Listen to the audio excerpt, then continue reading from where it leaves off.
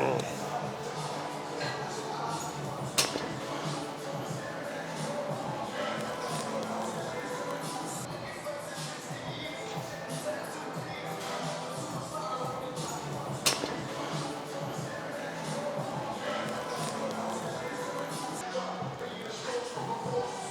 go.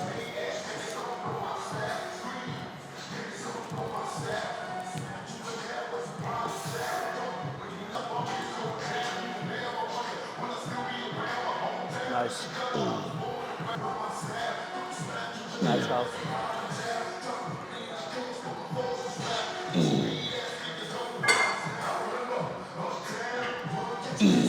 So Ali's had a pivotal role in my training knowledge and experience over the course of years of bodybuilding.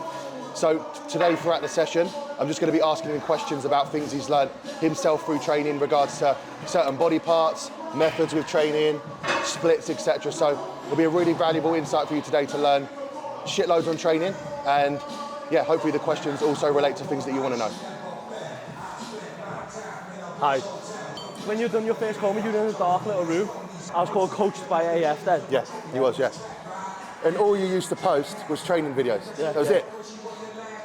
Probably should get back to just doing that. It's the only thing I'm half decent at. So I first heard of Ali, I don't even know what year it would be. I want to say 2021 or 2022? Oh, that's a good question. 2022. 2020. I don't know, I have to go back to our phone. It'd have to be like end of 2022. I think I had like 15 clients at the time, and I was part of an education, mentoring, you call it mentoring, I suppose you call it when you're It was like OTE. it was like a business mentorship, wasn't it? But then there was education on the side. Yeah, it was kind of a little bit of a mix of both. And one area that I wanted to learn about instantly was training. And there was this guy on the webinars talking about, you covered everything on it, didn't you? From like actual like muscle anatomy to breakdowns on everything. And I can still to this day say, I don't think I've heard anybody talk more passionately than Ali did on these webinars. And instantly that drew me to him, and followed you on Instagram from there, watched your content, and then one day I was like, fuck it, I'm gonna reach out to this guy, see what I can learn on a one-to-one basis, because the webinars were very like specific to certain subjects, and I wanted to learn certain things more related to bodybuilding, because it wasn't really a bodybuilding like niche platform, it was very kind of like lifestyle. So there was areas of training within like bodybuilding that I wanted to dive deeper on. And yeah, the rest is history. We jumped on a call, went through, I can't even remember what we covered first of all, subject-wise, but I know it was training related. Yeah, I think we probably just chatted something like what you want to learn out of it, where you probably thought your weaknesses were, what you want to improve. And then I can remember getting you to send me over training videos. Yes, we did training. Again, one thing that stood out to me was you was interested in me, my growth as a coach, and like there was things we wanted to know outside of what I was coming to you for the call for, and like straight away that drew me to you in terms of like being a good person that cares in the industry. And yeah, we've been friends ever since. Friends, you've done my together. prep, live together, seen your prep. It is mad, cool. isn't it? You think it was, say back in the 2022. I'm trying to think when it was, because I'm trying to think where I would have been when you first had the call. It depends what offer was in, whether it was in one house or the other house. Yeah. But I think that's what a lot of like business mentors and all this lack now. It's like, it's not actually getting to know the individual who they're trying to actually help.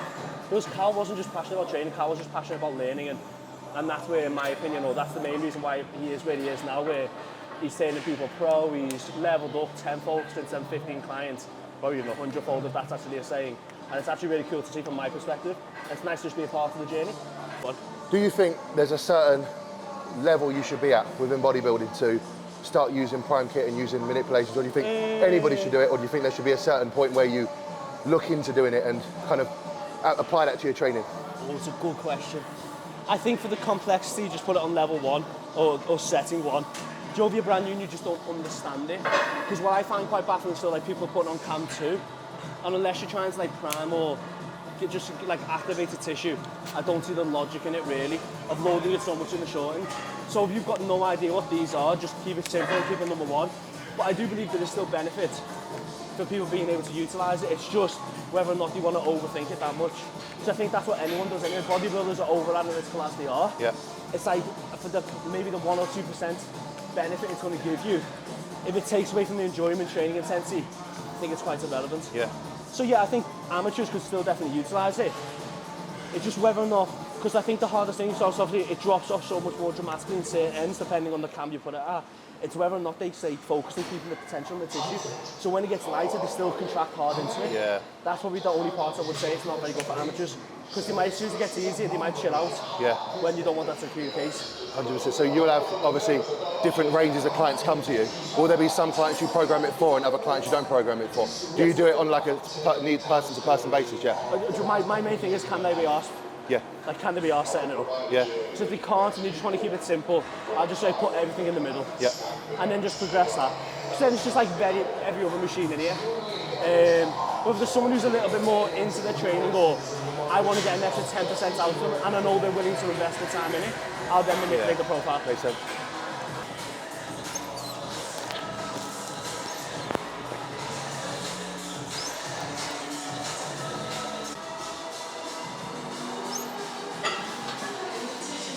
How important do you think environment is, not just for training, but for bodybuilding in general? Yeah. Like having people that you can connect with and train with? So I think unless you're a very specific kind of person, which I don't think there's that many of, I think people just claim to like to be it by themselves. So like, for example, like yourself, where you're traveling here and everywhere, you might use the gym as a bit of a sanctuary to turn off and not want to speak to people. But there's not that many people who are busy as you. So when you're in an environment like this, you've got a lot of big people, a lot of people who are training hard, it sort of sets the standard of what you can achieve and potentially opens your eyes up to what actually is possible. Whereas if you're training in a lesser gym, let's say like a pure gym or the gym or whatever it may be, you may be the strongest in there, and then like the motivation might not be as high. I don't think that's what you should be relying on, but being in a place like this where I train like EP, it's like, for example, like One Punch Naz trains in EP now, it's like, for fuck's sake, it's like, it just shows you what's capable. He's really strong, looks unbelievable.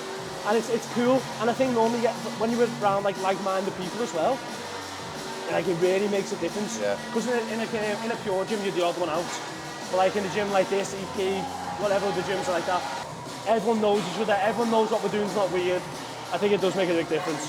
What do you think? Agree? Yeah, no, 100% agree. And I think even like you know my stance on this, and I've spoken about it before, like even watching you train, I've learned from. Like you don't even have to speak, and I can watch you train and learn things and then apply it to my training. Like the block we did in Allegiance, I learned so much about training just from watching you train, because it's hard to see things, it's hard to watch yourself train. The videos isn't the same. Like when you can actually see a muscle move and being in an environment where I can see your progression's getting stronger, like it raises that bar, doesn't it? And then you come up to that bar to meet that. So it's also fun to have like healthy competition. Yeah. It's like at the moment there's a girl in EP and I've got like a 45-degree hip extension battle with her. And it's like, it's fun, it's light-hearted, no one's gonna live or die by it. It just makes training a little bit more fun. Yeah. If you had to say one thing that's changed in your coaching in the last 2 years, what do you reckon's changed? Like the biggest needle mover? Oh, working with more bodies. Like, it sounds weird. I've learned things from working with more bodies that I couldn't learn from not. Yeah. Do you know what I mean? Like, I couldn't sit a consult with you to learn what I've learned just through working with numbers. I know that sounds really weird to say, like, just volume of clients, but you see things in bodies that you can't necessarily describe. Like, I know when someone's getting flat, or I know when someone's filling out in the process. I know when someone needs a diet break based on it. Like, I've learned things just through seeing bodies visually, and yeah, that's what I've probably learned the most. Yeah, perfect. It's cool. I suppose it's more of like a prep answer, but yeah, I'd say... It's a good question, it's a good answer. It's like, it is that thing, isn't it, in regard to like, because all you've done is really prep, and like that's what we've really focused your business on over the last 3 years. So like, how you prep someone, okay, trying to think who's your first, maybe Paige? Yeah, 100%, yeah, that changed. So how you prep Paige now, I know you know your body more, but there'll still be things that you don't learn from the subconscious by looking at everybody else that might still influence him. Yeah, decisions, yeah. Is this working? Pardon? Is this working? What did we get last time? It was like 7? 7 or 8. To yourself now. So volume, a lot lower than what you bet. Do you know like what we spoke about in the past? Yeah. I'm applying it now. Old school DC, like dog crap kind of volume. It's like I'm doing, so I'll do for chest, I'll do 4 sets a day, and then I'll do 2 direct sets on Thursday, and then I do a JM press, so you say there's some cover over there. Back is 10 sets, 11 sets a week, arms 9 sets, but it's really low. But my heart rate's the best it's ever been. I'm on 900 milligrams and I'm feeling no effect of it. So my body's just less stressed and I'm leaner. So it's like, I do think people do too much work. Yeah. I have got a theory on this, but I do think you need to train hard. Do you think your metrics for progress change the more advanced you get? As in, like, when you first started, maybe, let's put on 20 pounds in a push, where your metric is now, like, let's make sure food digestion's on point. Like, what you monitor for your personal progression changes as you evolve through the body. So I still think I can get to 230. I know I can get to 230 as long as I stay on top of my digestion. So I'm on, like, Nathan, if you watch this, I'm sorry, but I'm on a lot more food than what Nathan thinks. And the reason for that was Nathan missed a couple of my check-ins and I just needed more food. So I was just starting, so I've done the same increments to what Nathan's put me on, but just a different start point. And my digestion sweets. I'm taking HCl with every meal. I think that's been the biggest game changer. Me and Nathan spoke about it and I'm just trialing it. Yeah. So from the stomach acid production, I'm on top of it all the time. And I do think that's really helped me now when I'm still hungry on that amount of food. Yeah. I'm also chilled out as well. And you're still lean. Yeah, I'm not trying to be perfect, and I think, so Austin South said this on a concert call, it's like, the worst thing bodybuilders do is just focus on bodybuilding. If you have things outside of bodybuilding, it chills your central nervous system, it chills your life down, and then you respond better to the bodybuilding when you're by yourself. Yeah. I think that's the best thing you can all do. It's like, have a fucking life.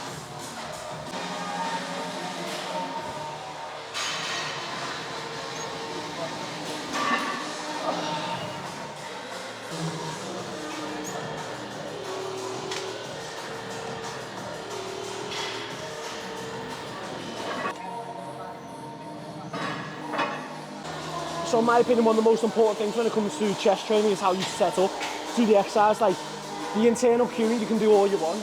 In regards to like driving your upper arm across the midline of your chest, like we all understand that's what the pec does now, but if your setup is really disadvantageous to bias the pec, you're going to be in a nightmare. So you want to keep that chest nice and high. If you have got poor thoracic extension, work on it, like go and work on that, because that'll be your limiting factor inevitably when it comes to developing your chest. And you're normally probably going to have really big anterior delts. And just because you've got that inability to extend through the thoracic. So I'd work on that, and then the good coaching cue throughout all of it is trying to maintain that start position throughout the whole rep. When you start fatigue, it's inevitable that your body's going to try and compensate in some way, shape or form to become where you're more mechanically advantageous within that position for you as what you are. But we're trying to make ourselves as inefficient when it comes to training to make sure that we challenge the tissue as much as we can throughout the whole rep. So progression should be slower. Like I think when people are going like 20 kilos, 30 kilos every single week, improving lifts, you're changing something in regards to your setup, or you're not trained hard enough at the start, so you've got that natural progression because you actually haven't hit that limitation of what you're capable of.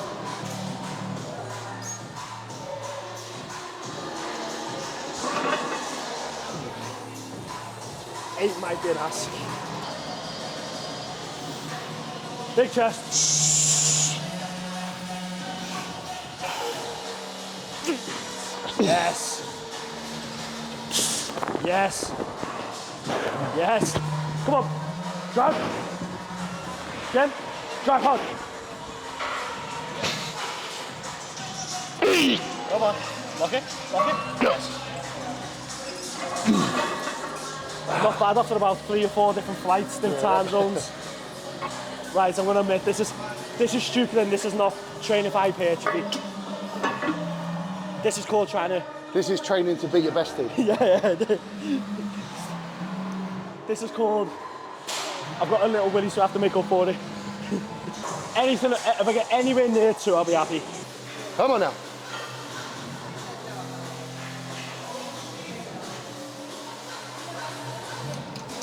Can't be cheating. Right, come on. Let's go, big test. Big test. Let's go.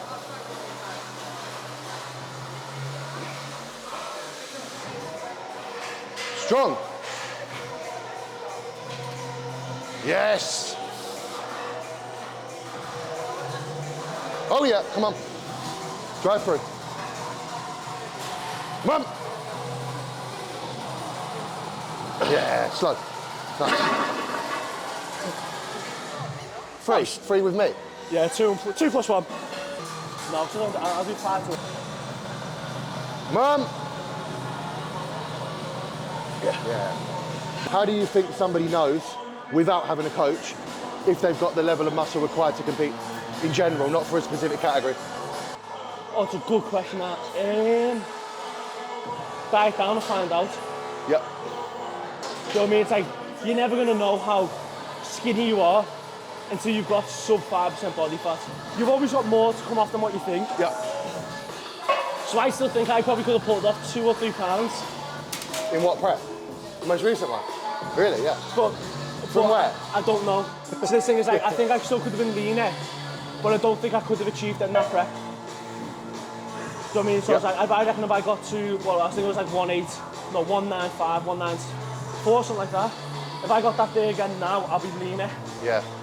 Because I can't give Kuba enough compliments. And realize like how he handled that prep on me. Like, best shape being in an absolute mile. Good tip for everyone who's got a pec there, and you do struggle to get your thoracic extension, is scoot your bum forward.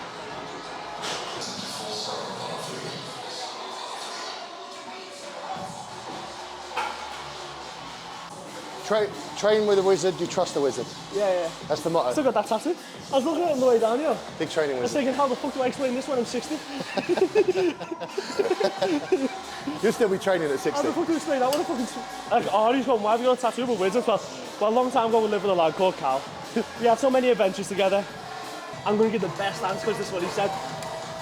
Yes. That's his answer, is yes. You have to do them both at the same time. That's the hardest part about it all. I think that's when, like, did you ask before how long you've been training for? I was like, I really hope they don't ask me.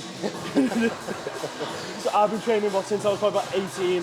I'm unfortunately 35. And I'm still trying to get better at it. It's like there's still times, for example, like that 2+1 rep of that Atlanta press, that could have still been better. Like, do you know what I mean? It's like there's still always improvement. Even like the 6+10, it's like that still could have been better. So there's always room for improvement. But from a hypertrophic standpoint, intensity needs to be there. Like, I think that's the hardest thing to teach people, is actually how to feel uncomfortable with a certain amount of load on you. But once you master that, or once you get very comfortable with that situation, then you've got the right to be a little bit more accurate, and then try and focus on the lift a little bit more. So sort of get back to your maximum prime kit. It's like, when they know how to keep tension on the tissue, then we can start manipulating the resistance profile of the exercise. Until they can't get to that standpoint, that's the first #1 lesson. But like, if you want to about just building tissue in general, like, intensity is going to build tissue. In regards to you want to build the right tissue, then actually it comes into that. So hopefully that's what it's the answer's both at the same time. I think stages. I think training smarter comes after training harder. I think if you look at anybody that trains smarter before they train hard, it's never the same outcome as if they train hard then train smart. I think it works in a bit of a tier system. I think you learn the basics through going through the motions in terms of execution. That comes with time, and you want to be better. And then, as I say, you seek out ways to improve your training, either via researching yourself or consulting, training with other people. But intensity is the foundation, and then you build on that by training smart. Let's go.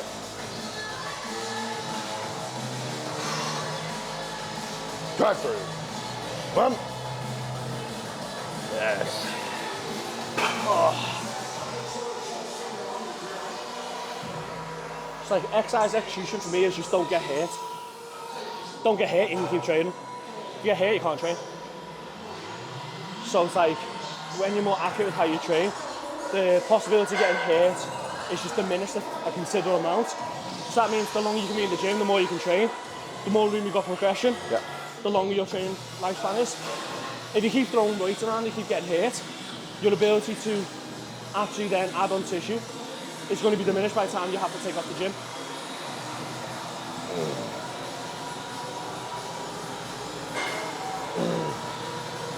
Push your hands towards me.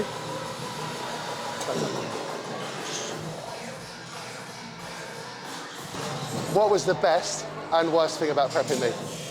I can tell you the worst. Go on. Your self-doubt.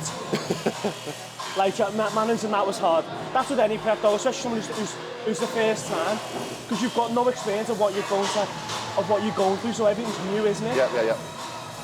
Best is just spending time with you. Like when you come down to Wigan that time, when we went to Manchester and someone was in the apartment. And the first time we ever shot. I think that's the first time you met Mango as well, wasn't it? When we shot in for that. Like, just getting to know you more as an individual. Like, the outcome was the outcome, but it's like getting to learn about you more as an individual, and like seeing what makes you tick.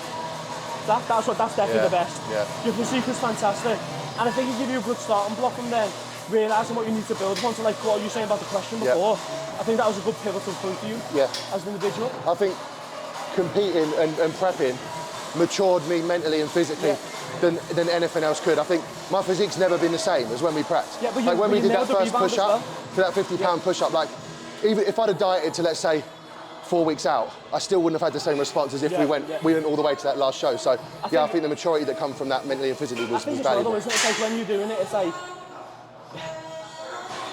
I think everyone should go through a really extreme diet at some point. It doesn't necessarily have to stay at stage, but I think that discipline you have to show to be able to do it, to say no to things that you normally say yes to. I think it just stands you in such a good position for life in general. Yeah, 100%. So I really like prep. I know loads of people slagging off, but I think they're just pathetic.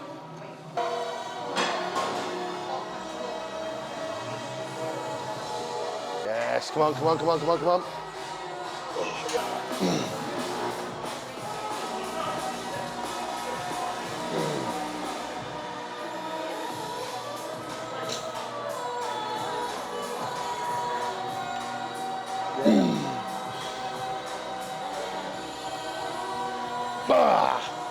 Come on. Cross hard. One more, make it and shoulders back. Chest up. Keep that chest up, I want to help you halfway through. Finish it. Regardless of even if there was things I didn't agree with that you'd done in the prep, I would always still sing your praises. Not from a blowing smoke standpoint, because you got me to that position. Regardless of whether there was moves made in that prep that weren't, let's say, the best, you still took me through that process. So there's a level of respect there. What would you change? Huh? What would you have changed? What I would have personally changed would have been to do earlier shows, but plan clients around my shows, because there was definitely times I compromised my progress, my weekends, doing things for clients to then push my shows back. But then in a way it built my business to where it has. So you can see pros and cons of both. So it's like, would I change it? Wouldn't I change it? At least I have the opportunity to now go back and redeem myself if I prep again. I may not have the opportunity to put them same clients on stage again. Because I don't know how you felt. I felt there was looks we had through the prep, which I would have been happier showcasing on stage. I don't know, it's hard to say from a post-workout or like from a check-in to on stage difference. I think the hard thing about the whole thing though is like, is it's who you are as an individual. Yeah.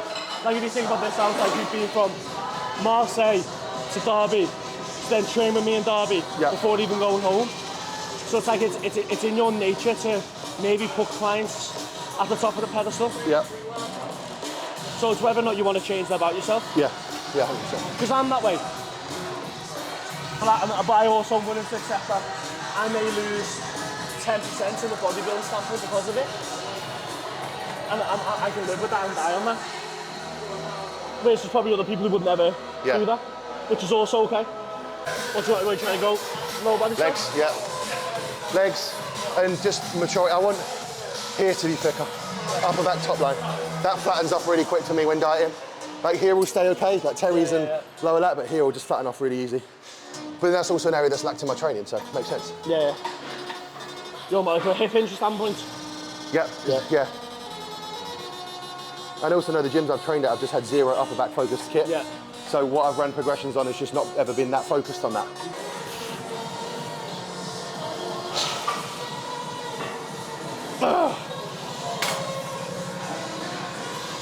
How would you separate it? Because bodybuilding's my hobby, it's not my business, whereas it is your business. I think, in all honesty, it probably fires me up more. Like, when I watched that show yesterday, sounds bad to say, but I'll see the guy that gets called second, and I'm like, I don't want that to be me.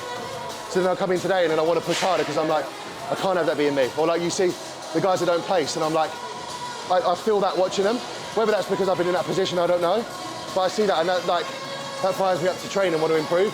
Whereas I may not get that reminder if I didn't go to shows. Maybe I'd get it less frequent, but I feel like I get it more often. So yeah, for me it doesn't necessarily have like a negative overlap.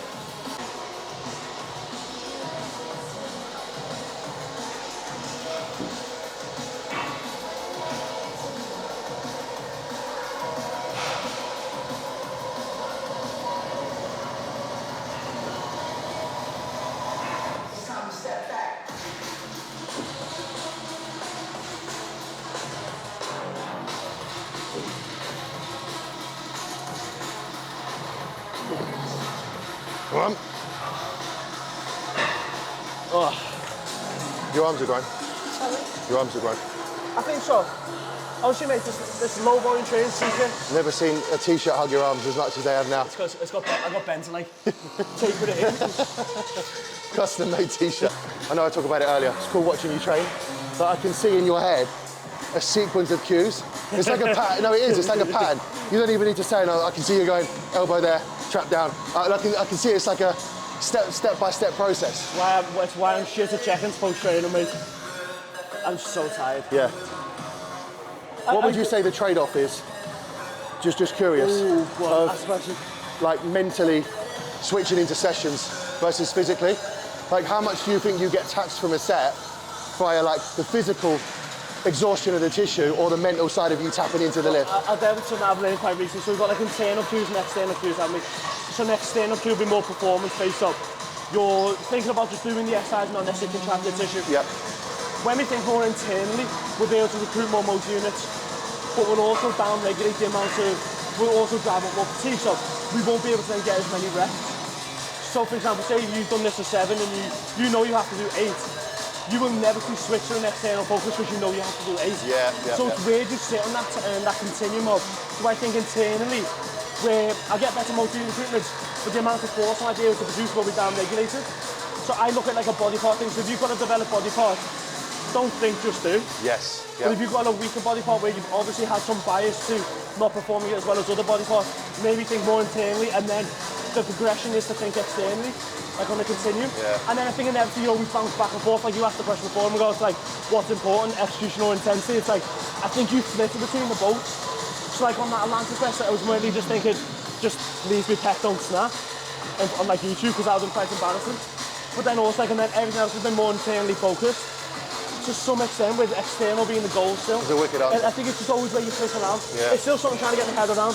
Like there's some stuff that I learned recently, it's like, I'm just trying to really figure out how it applies in like a workout setting. No, I think on a paper. It makes 100% sense. Like what I said to you about like when we did the prep, I was strong on different movements, but when I dieted down, I got to see the translation of the strength to tissue. Yeah. So like, I come down, bear in mind, you'd watch me RDL for years on years, my back musculature didn't reflect what my RDL weight was. So I'm doing the same weight I did 2 years ago in RDL, but my back is completely different. So it's just switching from external to internal, exactly like you said.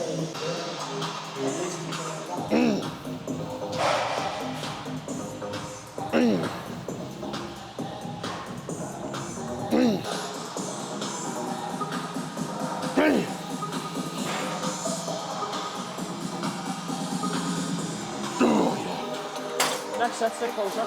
Huh? Sit closer. Closer? Yeah. So that trailing, I feel like it was hitting. Yeah, so that trailing going, then we're going right through instead of moving with the hold on. I think it's just like one thing anyone can take from training is how you set up is how you're going to execute. So just get your setup right. Don't just get into an exercise and think this works. Yeah. I think that'll be the biggest game change for everyone. And then pause them both rounds. How do they know how to set it up? How are you? Or me? I would say warm-ups. Yeah, path of motion in the machine. Making sure the path of motion is lining up with the tissue that you're actually trying to work. Yeah. That's probably a key one. Warm up, see if you're actually feeling the tissue that you're trying to feel. I was going to say it's quite good. Like, yeah. That's where feeler sets can be important. Like, and you're like when on a feeder set, if something doesn't feel right and you'll feel yourself naturally adjust to it, try and figure out why that's the case. But yeah, setup's key. Really is. Yeah, the setup's the foundation for how the set's going to go right. Yeah, it's a good way to idea. Yes, lovely.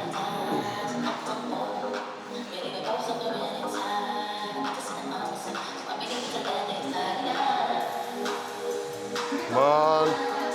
Yes.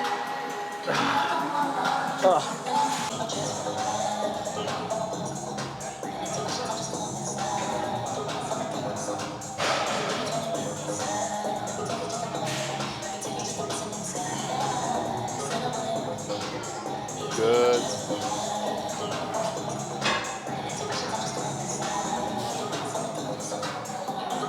What would you say the biggest problem is you see with coaches nowadays? I've done a reel on this week actually. Coaches trying to find issues why the clients can't get results. Yep. And the clients can't get results because they're not adherence to the plan. I think it's as simple as that. Yep. I think a lot of coaches want to think the clients are telling them the truth when they're probably just eating shit behind the back. or they don't want to admit that they're not sticking to plan. There's loads of reasons why that might be the case. But if your client is a calorie deficit, no matter what health condition they have, right, they will lose weight. And if they're in a surplus, they'll gain weight. They're probably just not being as adherent as what they're trying to make out to be. Or they may be unaware that they're not being adherent. So do you think that's a coaching issue, or do you think that's more people thinking they need a coach when they just need more time to actually gel to the process? I think it's a coaching issue in regards to you don't have the authority or the self-belief to call your clients out. Yeah. I think it's a client issue in regards to you're trying to lie about the process that is quite easily backed by science that works. And the coach has probably been doing this long enough to understand that you're not telling the truth.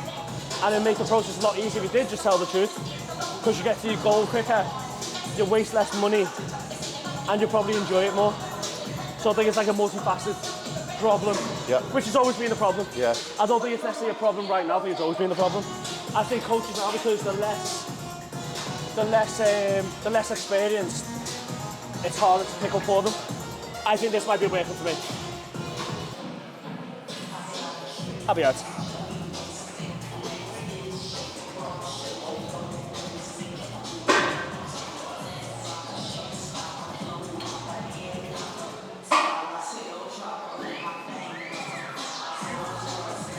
Nice.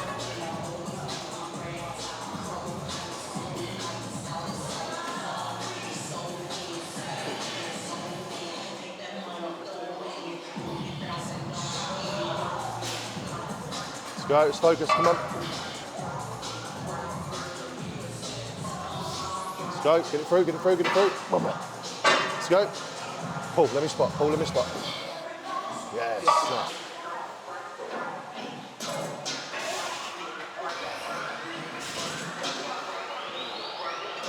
Nice.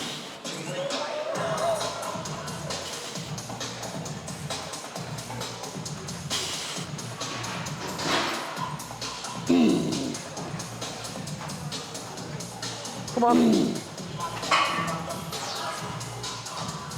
One more. One.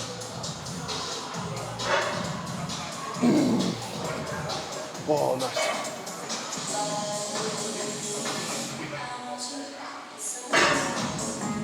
Nice.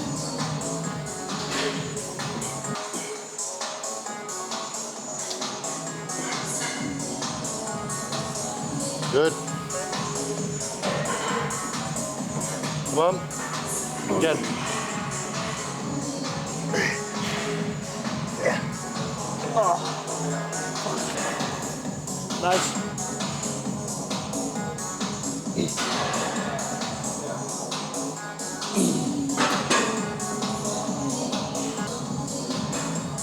Yeah, and again. Yeah.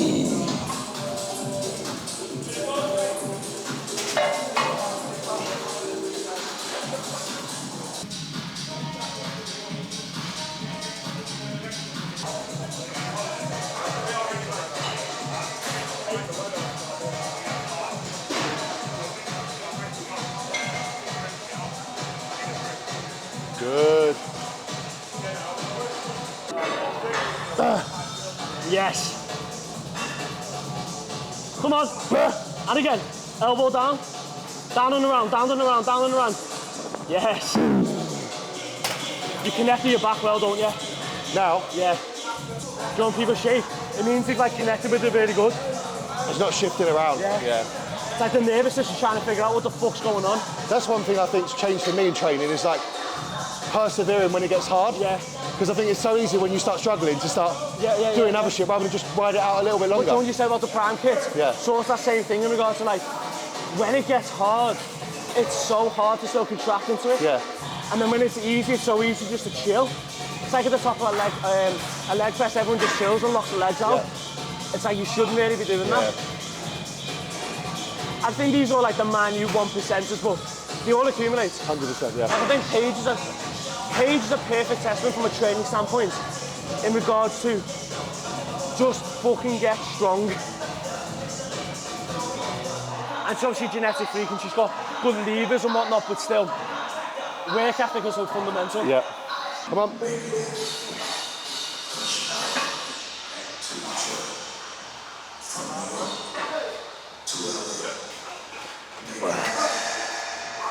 I think that's a good point to touch on.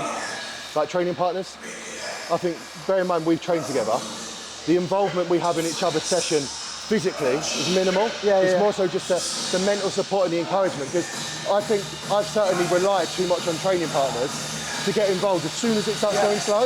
Like as soon as the rep slows down, you see someone get involved. Whereas like, if you just learn to fight through it, you don't need a spot. Like I can see you're there, I know you'll get through that rep. Even though it's going slow, I can see it's yours, so there's no point in me coming over to get involved in it when I know you're gonna get the rep. I think that's experience thing though. No, it's like you not to jump in, maybe like you 4 years ago, you might have jumped in a little bit too quick. But I think it also, as you said before, it's like, it's there because it's still moving. It's just like you as an individual don't think it is. But if you can see it's still moving, let them fight it out. To see that, they shouldn't have stopped that rep anyway. So it's their own fault, so they need to learn. But two, especially something like this, you're not going to hurt yourself. Yeah, exactly that.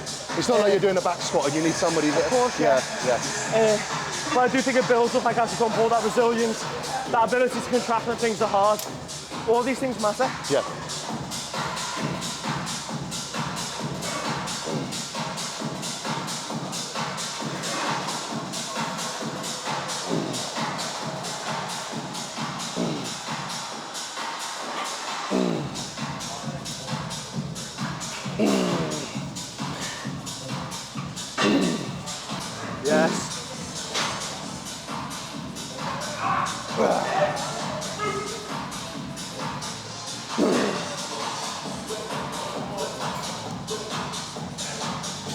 Come on.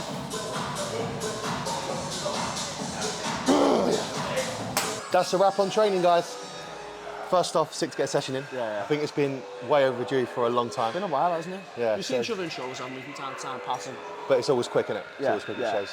But yeah, as I said at the start of the video, guys, Ali's played like a pivotal role in my journey as a coach from an education standpoint, mindset standpoint, physique standpoint. So I want to get him to do a little plug on who it is he works with, and a little bit about like the way that you coach and your styles and methods. Yeah, cool. So like I run a mentorship with my business partner Nathan, and that is to help coaches become smarter. I feel like the education sector of this business now has sort of gone down, where business mentors are thrive. Education for coaches sort of gone down a little bit. And as Callum said before, that was sort of what propelled him to be who he is now, is just curiosity into every section in regard to what actually makes a good coach, which is knowledge, application of knowledge, trying something out of it, and having the authority with the knowledge that you've built to actually apply to your clients, actually see what works and what doesn't work. And I think the only way you can get that is by learning and then applying it, essentially. So me and Nathan both from that. I coach mainly coaches, so I coach and mentor coaches to become better at the job, get in shape themselves, lead from the front, all that malarkey. And then in regards to what else I'm doing at this moment in time, buying a house, which is stressful, don't do that. Got a dog as well, don't do that. Probably more just like educate yourself on training. Still, like I still feel like there's some gaps in my knowledge that I'm trying to bridge a little bit in regards to how we can make this applicable for everybody, as opposed to what just works in science-based crowd and then what works in the bro crowd. It's like trying to combine it all together, because I love training. I am a bit of a bro, like deep down. It's like I love just lifting heavy. You've seen me do a 2-repper before. It's got nothing towards hypertrophy at all, but at the same time, I do believe there's better things that we can be doing as coaches and clients to excel our training that we're currently not doing this moment of time. So that's a little bit of a plug on myself. I like it. And competing-wise, you're thinking of going next year? I've got one more. I'm actually technically in Masters now, but I'm not going to do Masters. I'm not going to go to that level just yet. But I'll go again one more time next year. Carl's currently prepping my girlfriend, so I'm excited to see how that unravels. And so far, the happier she's been, the happier she's looked at this body weight, and she's getting strong. I think she's done 5 plates on a Norton screwdriver plate, so she's getting there, or 5.5. Sorry, Charlotte, if you've lifted heavy in what I said. So yeah, next year I've got one more. Hopefully doing the same shows as Charlotte, which will be fun. And then yeah, we'll see from there. Yeah, awesome. So hope you guys enjoyed the video and was able to take some pointers in regards to training, coaching, or even things you can apply to yourself. Catch you on the next video.